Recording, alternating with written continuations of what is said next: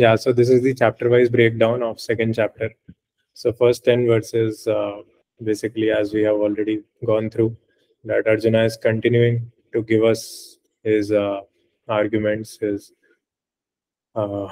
opinion for not fighting, his reasons for not fighting, and Krishna is actually not agreeing with those opinions, with that thought process which Arjuna is telling. So that is happening in first 10 verses, and we see that Arjuna is totally confused, totally frustrated, and because of those negative emotions, he surrenders to Krishna. So generally, if we get frustrated, we don't surrender, right? We generally hurt somebody, or like we get angry on somebody, we fight with somebody.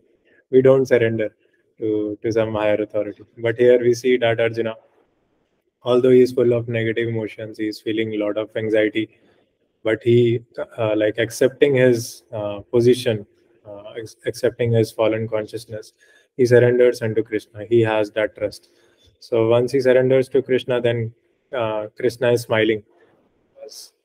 Now Krishna, basically, relationship is transforming from friendship relationship to Guru Shishya relationship. So previously Arjuna was very friendly with Krishna, but now Arjuna is ready to receive higher knowledge from Krishna because now he has surrendered. So that was the title of the first session which we did for second chapter. Submission leads to knowledge. So when we become humble in front of the right authority, then automatically whatever authority desires, whatever knowledge he has in his heart, that knowledge flows in the heart of the person who has submitted. So even in our student life, if so the best method is to sit in front desk and just respect the teacher. So by that respect, half of the knowledge which is there in the heart of the teacher, that gets transplanted into the heart of the student. So even like I did not used to buy like extra books or do any extra studies. I just used to revise my notes, and that used to give me a higher CGPA. And I know like other of my batchmates in IIT Roorkee who used to do this, and they completed their PhD from US universities in 3 years. So uh, that is the spiritual technology. So generally, like students are using technology right now. They are watching YouTube channels to understand algorithms, data structures. But this is the spiritual technology that when you are submissive, when you are respectful to your teachers, then automatically half of the knowledge gets transplanted in your heart, and that is the easiest method to receive knowledge from a higher authority. And that way you don't need to work really hard, and most of the things you will remember. You just have to respect the teacher and revise your notes, and you will have good marks in your exam. So this is the like school of basically scholarship. But generally where we are at the school of hard knocks. So generally we have a lot of knocking goes down, like Maya beats us left, right, and center, and then we understand, okay, I have to do like this. But if you surrender in the first place, then automatically that is a very nice method, nectar method. That is called nectar method. And I think we discussed this story also, that if you basically accept the instructions of the spiritual master, then you don't need to perform a lot of austerities to understand a certain thing. So that is all, everything which is being discussed in the first 10 verses. And now in the next 20 verses, Krishna will start telling about Sankhya Yoga. What are the characteristics of a soul? That is the next 20 verses. And I think we have touched onto this section. First 3 verses we have read, and last time we read the Devanasmin Yatha Dehe verse. So Devanasmin Yatha Dehe Kumaram Yovanam Jara Tatha Dehantar Praptir Dhiras Tatrina Muhyati. So this verse defines the definition of a dhira. So a dhira is one who is not bewildered by the change of bodies. So even if we die in this body, we know that this body is just like a t-shirt. So when the t-shirt gets worn, it gets used, then basically you can buy a new t-shirt. You can just throw out that t-shirt and you can buy a new t-shirt. So similarly, the body is like this, that this body, actually we are not this body, we are something which is inside the heart, which is a soul. So as soon as this body body's expiration date has come, this body becomes useless, and Krishna makes arrangements so that we can get the next body. So by such a change, when the soul travels from this body to the next body, then in that transition phase, when one is not bewildered, then that is a actual dhira. So that is the definition which is put in the 13th verse of second chapter. And we can see, so this is how basically every moment we are changing bodies. Initially, we get a body when we are sent into the womb of a mother. Then we become a baby. Then we become a 3 years old, 5 years old, and then basically 10 years, 20 years, 30 years, then 60 years. So finally, basically, we die when we become very old. And when we die, then again, like the soul transmigrates from the old body to a new body, uh, to a new womb of a new mother, basically. And this cycle goes on and on. So one who knows this knowledge, he's not bewildered by such a change. And basically for becoming a dhira, you have to train your consciousness, that your consciousness should be fixed on Krishna, and your mind should be very, very stable. Mind should be very strong in order to think about Krishna. Because in the 8th chapter, we'll read that whatever we think at the time of death, similar destiny we have in the next life. Yam yam vapi smaran bhavam, tyajante ante kalevram. So like this, whatever we remember at the time of death, the similar body we get in the next life. Yes. So generally it is said that at the time of death, there is an entire movie which plays in front of us of the entire life. And to whatever portion of the movie we are very attached, that at that portion, that movie stops. And at that point, the soul transmigrates to that particular to a body which is related to that portion of the movie. So that is what like acharyas say. And that's why basically this entire life is like a preparation, and finally the death is the examination. Yeah.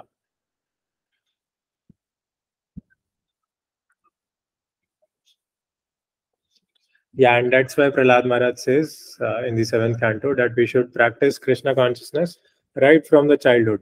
Kamara Shri Prahlad Vacha, Kamara Acharet Pragyo Dharman Bhagavataniha Durlabham Manusham Janma Tadapi Adrubham Artadam. So, because this human life is very precious, because we get a human life after traveling through 8,400,000 species. And to make the maximum benefit of this species, we should practice Krishna consciousness from the very starting of life, because then we can have good sanskaras. We can have a spiritual conception of life even from the beginning of life, from 5 years old, 6 years old. So that's why Prahlad Maharaj is preaching to his classmates. Although he is in a demoniac school and there are teachers who are Chanda and Amarka, which are demons, but still he has that courage and he has that boldness to preach to his classmates in spite of his demoniac father Hiranyakashipu. And he is preaching this to his classmates, that you should start practicing Krishna consciousness from now on, because it has to be done from the very starting. Because in the starting years of one's life, the mind is very, very soft. It's like wet mud, right? When a potter basically makes a pot, then it molds the pot through his hand by making the mud wet, right? So in the first 6-7 years, the mud is very, very wet. So you can give whatever sanskara you want, you can give to the child in first 6 to 7 years. And the sanskaras which you give in first 6-7 years, that carries the child throughout his life. And that basically that determines his happiness and distress in the throughout his life, and what is the substance he's carrying throughout the life, how he will face different situations of life. So that's why Prahlad Maharaj is saying it's better to practice from the very, very early stages of life. So let's read the 14th verse now. Yeah. Matra sparshasthu kaunteya sitoshna sukha dukkhada agamapinyo nityastam titikshasva bharata. O son of Kunti, the non-permanent appearance of happiness and distress and their disappearance in due course are like the appearance and disappearance of winter and summer seasons. They arise from sense perception, O son of Bharata. and one must learn to tolerate them without being disturbed. Yeah, so in this words, basically this word tam titikshasya bharata is very important, because this verse is talking about tolerance. And generally there are four types of tolerance. Tolerance in Hindi, it's called sahan shakti, right? So there are four sahishnuta which are mentioned in the Shastra. So first one is vega sahishnuta. Second one is Dvanda sahishnuta. Third one is Paramatta sahishnuta. And fourth one is Par Para-utkarsha sahishnuta. So I'll discuss about these four sahishnutas in this session, because this verse is very like enlightening, and it talks about tolerance. So the first one is vega sahishnuta. So all of us are basically like there are six vegas: kama, krodha, lobha, mad, moha, and matsarya. So the first three prominent vegas are lust, greed, and anger. So in the 16th chapter, it is also told that these are three gates to hell. So we should control these three vegas. First is calm vega sahishnuta.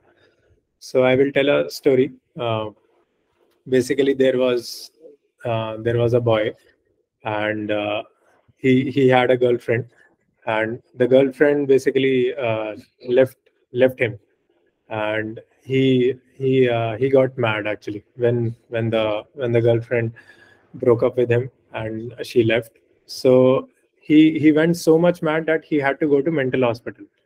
And one of his friends, he basically visits this mental hospital, and he was very good doctor, very good friend with the doctor of that hospital. So he requests the doctor that he should show him his friend who has gotten into mad hospital because of this girlfriend breaking his heart. So so that doctor shows his friend, and then his friend, what he was doing, he was on the top of the fan on the ceiling, and he was screaming, Devi, Devi, Devi, Devi. And basically doctor says, this is your friend, see what has happened to him. And then doctor said that you should visit one more person, who is basically who is in the adjacent ward. So the doctor takes him to the adjacent ward, and there also he sees one person who is lying down on the bed, and he is also crying, Devi, Devi, Devi, Devi. So the doctor basically, the friend looks at the doctor with a lot of surprise that why the doctor is showing this patient also. Then doctor said that that girl who broke the heart of your friend, he went to this person who is lying down and crying, Devi, Devi, Devi. So basically, yeah, yeah. So this story shows basically that we have to control our lust also, because lust can destroy everything. For example, if you see in Ramayana also, uh, the fight between Ravan and Ram happened only because of one reason. Can anybody tell what was the reason why Ravan had to fight with Ram?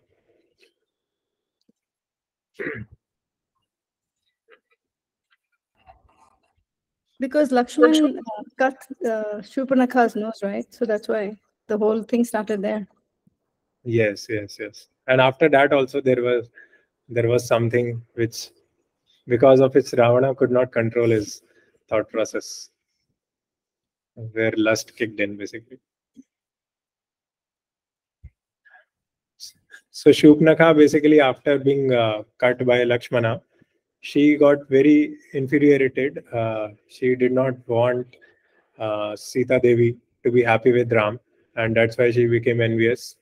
And what she did was she went to Ravan, and she gave lot of very beautiful descriptions of Sita Mata's figure actually.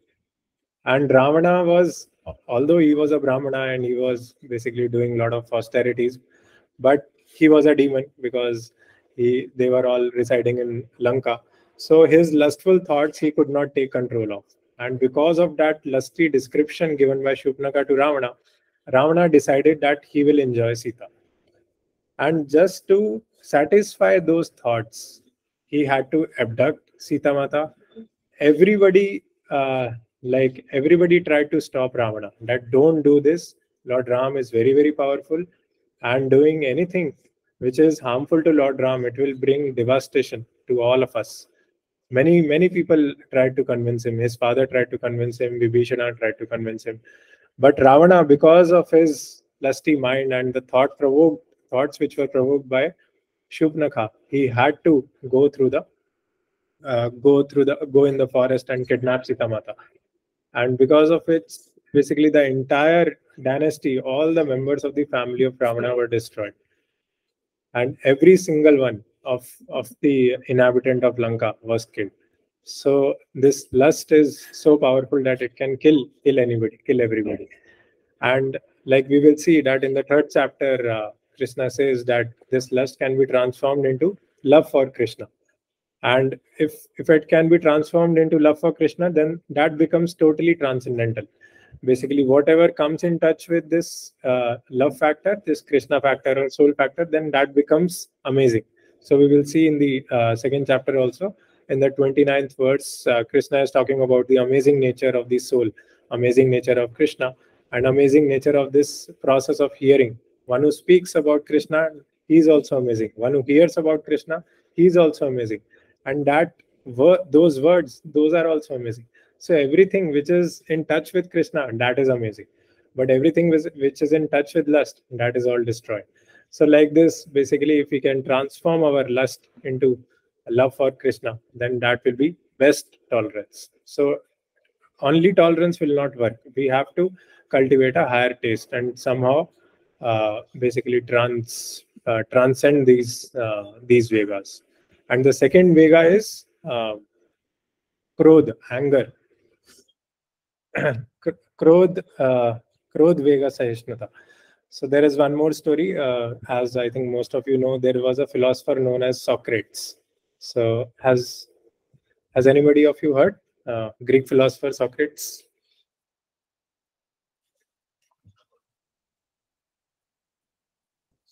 Yeah, Kiran has heard. Tanisha has also heard.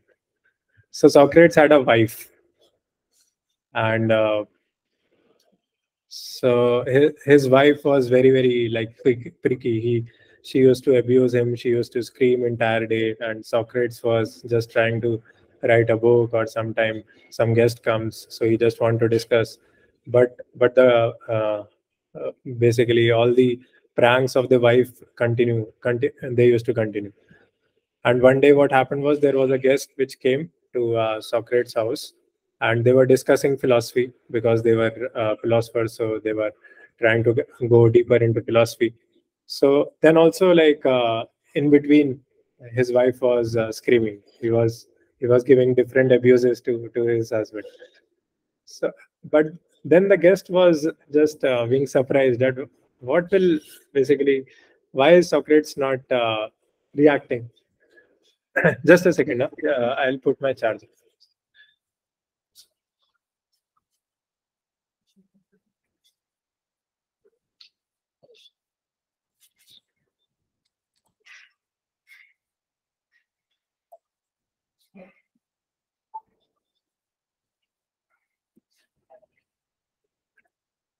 Yeah, so this is about anger, controlling our anger. Krodh, veg, sahishnuta. Yeah, so his wife was giving abuses, and this guest was watching. That why is Socrates not saying anything to him? And Socrates was just very peaceful. He was just talking, and he was just very, very mode of goodness person. And finally, what happened is like seeing her wife was observing that her efforts of giving abuses were totally fruitless. They were not having any effect on his husband. So what she did was she brought a bucket with a bucket full of water, and she spilled the entire bucket on Socrates. And then the guest imagined, okay, now after all these things, at least he will get angry and he will scold, or he will beat his wife. But Socrates was totally in mood of goodness. He was just meditating, and he was just participating in the philosophy. And the guest was totally surprised, and he was totally basically flabbergasted by Socrates' behavior. And he asked Socrates that why don't you react, and why don't you like scold your wife that she should not do these things? Then Socrates said that initially the clouds were just making sound, and if you know that if clouds are making sound, then eventually the rain will come. So the rain came, and I got wet. So what is the big deal? So you can see the basically the tolerance of Socrates on his anger. He was totally uh, tolerating the anger of his wife, and tolerating his own anger also. And the third one is greed, basically lob vega sahishnuta. So there is one more story where basically there was a boy who there were two boys who were talking to each other, and one boy uh, so one of the boys, he asked the second boy that you are looking very disappointed, what happened? So this boy said that last week one of my grand relatives died, like one of either grandfather, one of the paternal grandfather died, and he left me 1 crore rupees. So the boy said, okay. Then he said, what happened? Then why are you disappointed? He left 1 crore rupees. So he said, then 3 days back, one of my other sister relatives died, and he left me 4 crore rupees. So then boy said, okay, now you have 5 crore rupees. What happened? Why are you disappointed? So then he said, yesterday, one of the other relatives died. He left me 8 crore rupees. So then he said, okay, you should be very happy. Now you are so wealthy. You have 13 crore rupees. Why are you disappointed today? So would anybody like to guess what was the answer of the boy?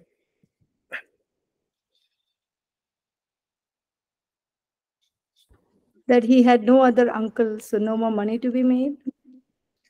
Yeah, something similar. So he said that today, like right now, it is 9 p.m. in the night, and I haven't heard any news from any of the relatives. So I'm very disappointed, and I'm hoping at least I should get 16 crore rupees.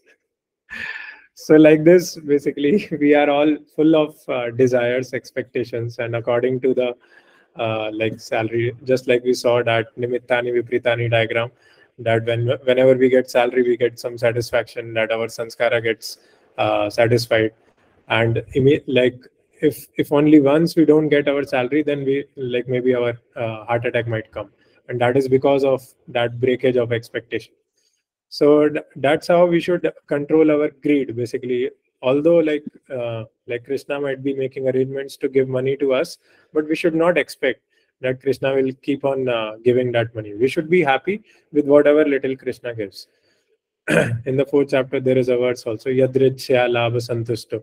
So a devotee is one who is satisfied with whatever Krishna gives. Yadrichya labha santusto. Yadrichya means somehow or the other, whatever labh and santusta, whatever profit he gains, he is satisfied with that profit. So that is vega sahishnuta. So vega sahishnuta, I covered kam, krodha, and lobha, and the next one is dvanda sahishnuta. So dvanda sahishnuta means we should tolerate the dualities of our life, happiness and distress. So I think we will read about this in the purport also.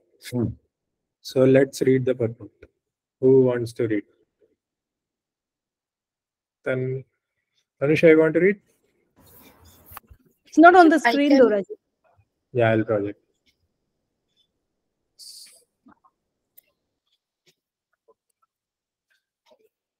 Otherwise, if you have Bhagavad Gita, right.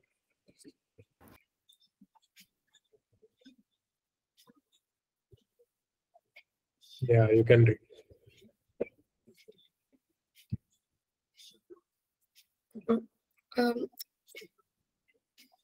Hope I'm audible. Okay. Yeah. In the proper discharge of duty, one has to learn to tolerate non-permanent appearance and disappearance of the happiness and distress. According to Vedic injunction, one has to take his bath early in the morning, even during the month of Magha, Jan to Feb. It is very cold at that time, but in the spite of that, a man who abides by the religious principles does not hesitate to take his bath. Similarly, a woman does not hesitate to cook in the kitchen in the months of May and June, the hottest part of the summer season. One has to execute his duty in spite of climatic inconveniences. Similarly, to fight is the religious principle of the Kshatriyas, and although one has to fight with some friends or relative, one should not deviate from his prescribed duty. One has to follow the prescribed rules and regulations of religious principles in order to rise up to the platform of knowledge, because by knowledge and devotion only one can liberate himself from the clutches of Maya illusion. The two different names of address given to Arjuna are also significant.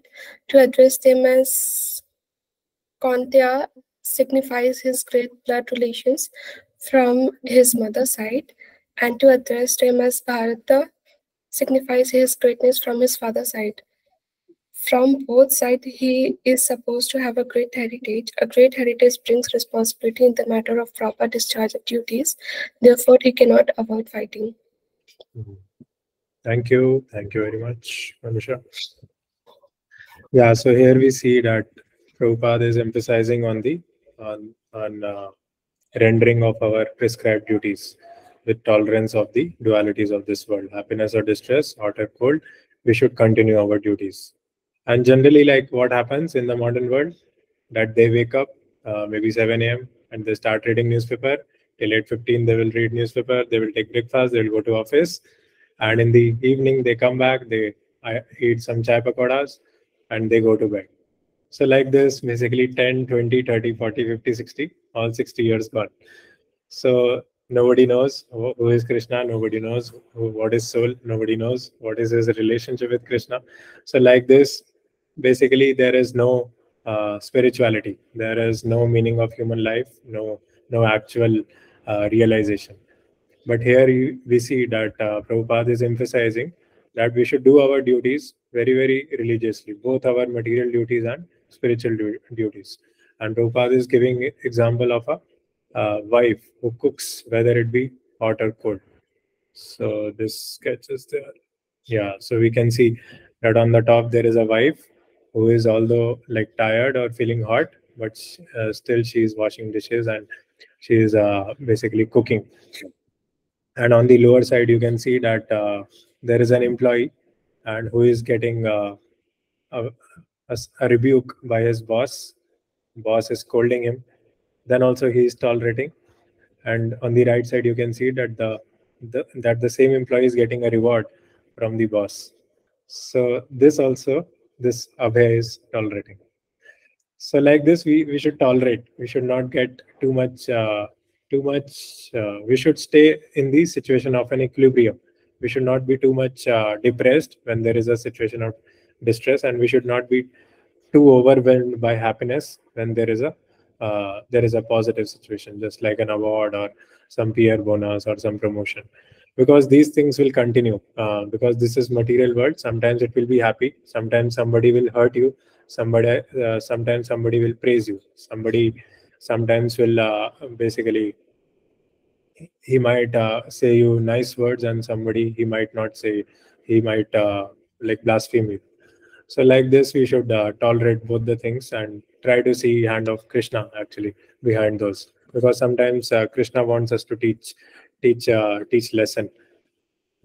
Generally, what we have done with the other, whatever mistakes we have done with other relationships, those mistakes come back to us through other relationships. So whatever, as you sow, so shall you reap. So if you have blasphemed somebody, if you have offended or scolded somebody, then in future somebody will scold you.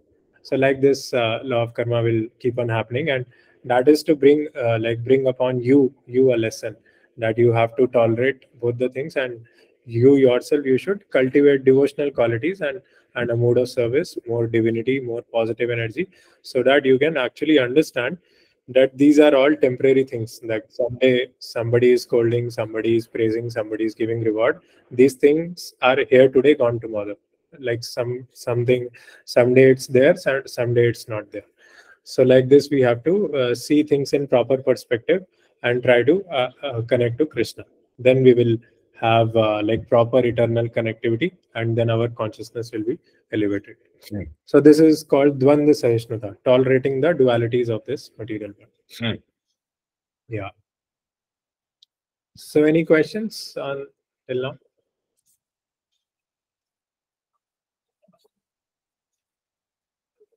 Or I will tell another story on Dvanda sahishnuta if you are not bored of stories.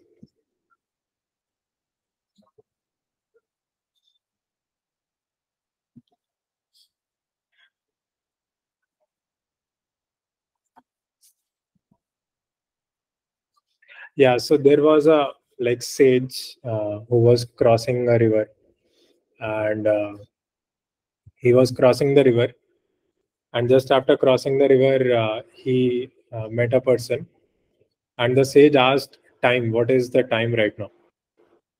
And this person, what he did was he punched the sage on the head, and then he said it's 1 o'clock. And then basically sage did not reply back anything. He did not beat him, he did not scold, he just went off. And then another person who was witnessing this incident, he asked the sage that why didn't you like beat him back, because he punched you on the head. So sage said, I was just thinking that I'm fortunate that it was not 1 hour back. Otherwise he would have hitted me 12 punches on my head. So that's how basically like saintly personalities think. They are always thinking that whatever like Lord has arranged, that is for our good, and worst could happen. Like if some difficult situation has come, then devotees think that that is actually the mercy of Krishna, and Krishna has reduced. I am deserving a lot more punishment, but Krishna has reduced that size of punishment, and that's how devotees think, and that's how here the sage is also thinking. So this is called Dvanda sahishnuta. And then the third one is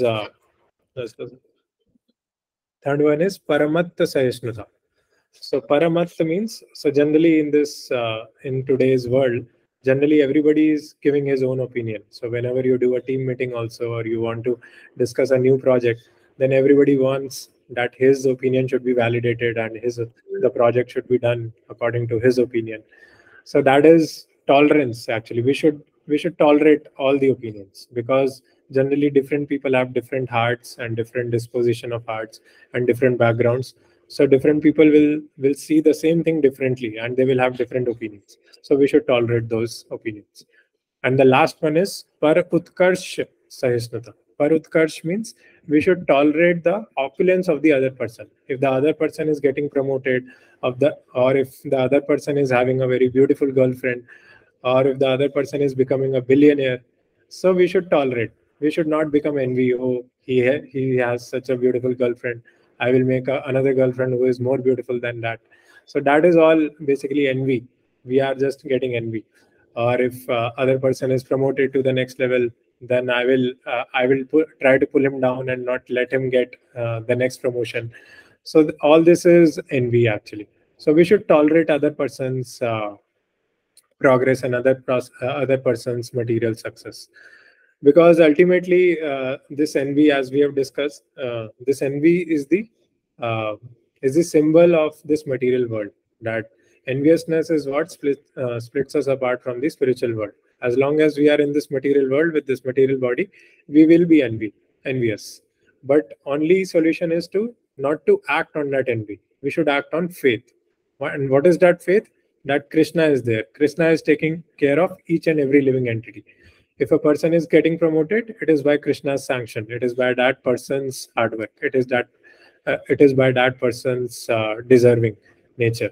So like this, we should have faith in Krishna and in that person, and just accept that situation instead of getting envious. So like this, basically we should tolerate and we should act on faith instead of envy. That is Para-utkarsha sahishnuta. So tolerating the material progress of other living entities. And generally these are very, very natural in this material world, because we all have just started practicing, like maybe chanting the holy name or hearing Bhagavad Gita. Then we generally all of us are infested with these demons, including myself also. So, but we should, when we hear about these from saintly personalities, and when we share it with others, then actually that basically even Radhapati Prabhu was talking about this, that this is real help, that when we do yajna, when we do help of others, then we get real happiness. That is actually every act of sacrifice, every act of yajna is imbued with the spirit of Brahman. So that Brahman is actually the a form of Krishna only. So Krishna resides in three forms: Brahman, Brahmeti, Paramatmeti, Bhagavaniti, Shabdati. So when you do sacrifice, when you try to tolerate these urges, that is also a sacrifice. And when you give this knowledge to somebody else, when you help the other person also to tolerate this urge, that also becomes a sacrifice, because you are helping that person. And the biggest happiness you receive in your heart is that happiness when you help somebody else, or when you do sacrifice for the right reason. And I think there was this question also, I think Abhimanyu asked Radhapati Prabhu, that what is the right help and what is the right sacrifice.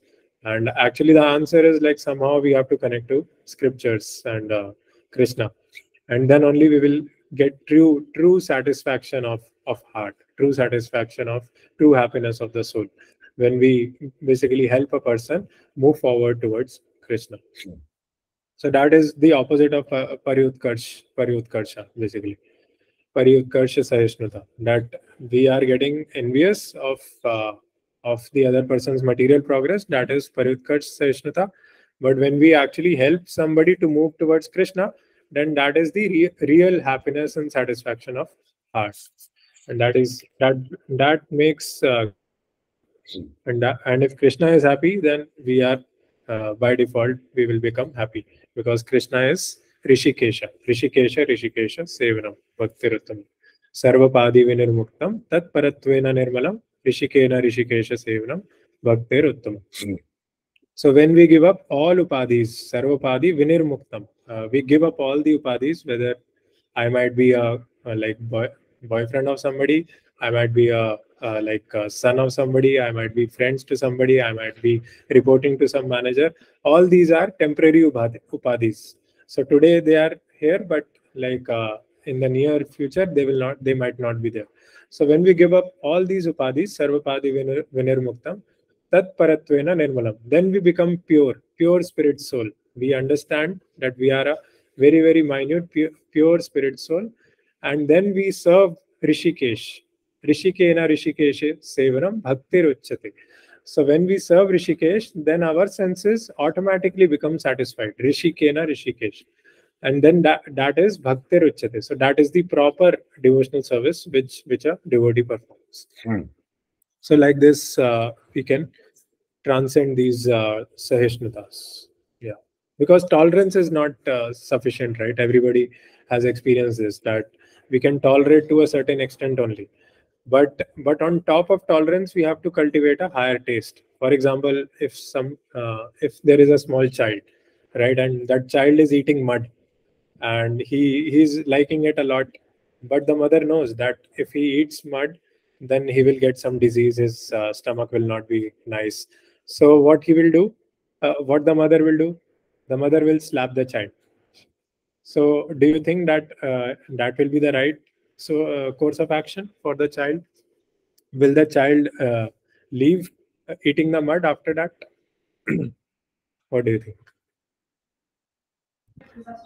Yes, but slapping is not necessary, she can just scold him or just tell him. Yeah, scold him and tell him, correct. But scolding also might not, he might be too adamant to eat mud. So a better solution might be to give up maybe some prasadam which he likes, some jalebi or some gulab jamun or some kheer, and then he starts eating that kheer instead of that mud, because he is attracted by that higher taste of eating that kheer. So like that, basically, if we can develop our higher taste, then automatically the lower taste will go away slowly. And as you said, the slapping is not an option. We should just try to try to convince him with our arguments and with our methods. Thank you. Yeah, I think we'll stop here. or maybe we'll quickly cover 2 more verses. And I think after that, there will be all characteristics of the soul. So we'll start that in the next session. So let's read the 15th verse also. Yam hina vyathayante te purusham purusharshabha samadukha sukham dhiram somritya yaya kalpate. O best among men, Arjuna, the person who is not disturbed by happiness and distress and is steady in both is certainly eligible for liberation.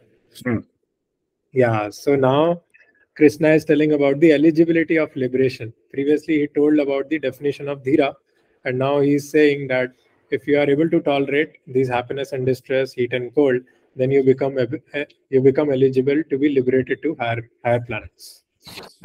Yeah. So, any questions? Somebody wants to ask? And where is the window? Okay.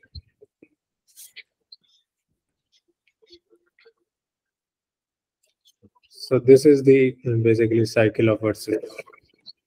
So initially Krishna gives the definition of dhira in 13th verse, and in the 14th verse he's talking about the importance of tolerance, and if tolerance is there, then you become eligible for liberation, and once you are eligible for liberation, then you understand the difference between sat and asat. So what is the definition of sat and what is the definition of asat? That is in the 16th verse, which is the often quoted verse, which I quote very often in every session. Nasato vidyate bhavo, na bhavo vidyate sata, vyorapi drishtantvas, anayos tattvadarshavi. Those who are seers of the truth have concluded that of the non-existent, the material body, there is no endurance. Yeah, any? Okay.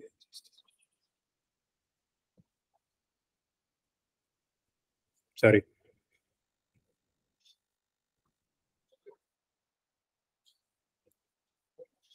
Those who are seers of the truth have concluded that of the non-existent, the material body, there is no endurance, and of the eternal, the soul, there is no change. This they have concluded by studying the nature of it. So this is the 16th verse, which is the basically the understanding of a person who is eligible for liberation. He is able to distinguish between sat and asat. And now from the next session, we'll discuss about the properties of the soul, because soul is something which is sat. So how amazing is the soul? We'll see in the next session. So this is the difference between basically sat and asat. So anything which changes, that is asat, that is maya. Maya means actually we are perceiving it, but actually it is not there, because tomorrow it will go away. And which anything which doesn't change, which stays eternally, which always remains fresh in your heart, that is sat, and that is actually the spirit soul within your heart. So that is the difference between maya and eternal things. Yeah. So any questions, or we should conclude? I think we have a large audience today. Thank you for a very nice class, Rajat. Okay, thank you. Yeah, thank you. I think eagerness of all the audience makes me speak. That is the basis of these exchanges. Yeah. Okay, Manish Prabhu, you want to say something? No. Just I want to say thank you. Thank you. Okay, thank you. Let's meet next Sunday then. Hare Krishna. Thank you, everyone. Hare Krishna. Thank you. Hare Krishna. Thank you, Krishna. Hare Krishna.